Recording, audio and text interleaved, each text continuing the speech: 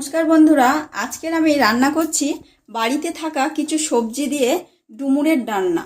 আপনারা শুরু থেকে শেষ পর্যন্ত ভিডিওটি দেখুন। আর এখানে আমার কি কি লাগছে দেখুন। ডালের বড়ি, 5 ফোড়ন, শুকনো লঙ্কা, টমেটো কুচনো, আদা আর লঙ্কার পেস্ট, এখানে আছে পোস্ত আর সর্ষের পেস্ট। এখানে লাগছে সবজি আলু, বেগুন আর ডুমুর। দেখুন এখানে আমার জল গরম হয়ে গিয়েছে, তো আমি আলু আর ডুমুরটা সেদ্ধ করে জল ভাপিয়ে ফেলে দেব। এর মধ্যে দিয়ে দিচ্ছি অল্প পরিমাণে লবণ আর হলুদ গুঁড়ো।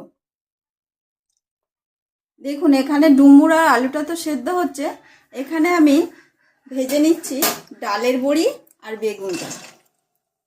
দেখুন এখানে আমার বড়িটা ভাজা হয়ে গিয়েছে, তো এইভাবে লাল লাল করে ভাজবেন।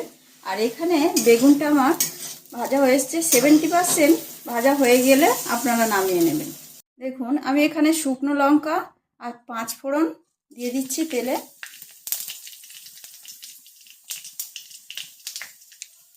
দিয়ে দিচ্ছি টমেটো কুচানো।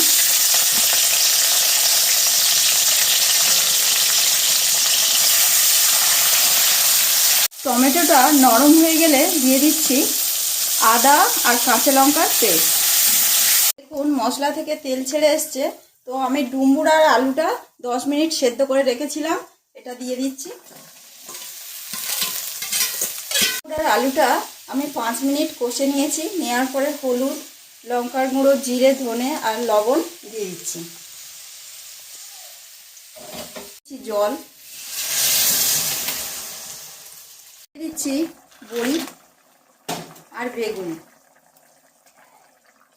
দিয়ে দিচ্ছি, পোস্ত আর সর্ষে বাটাটা। রান্নাটি আমার হয়ে এসছে, তো আমি লাস্টে দিয়ে দিচ্ছি গরম মশলা।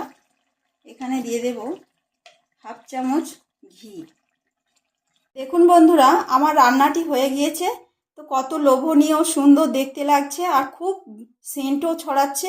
তো আপনাদের এই ডুমুরের ডালনা রান্নাটি যদি ভালো লেগে থাকে তাহলে আমাকে লাইক, কমেন্ট, শেয়ার, সাবস্ক্রাইব করবেন।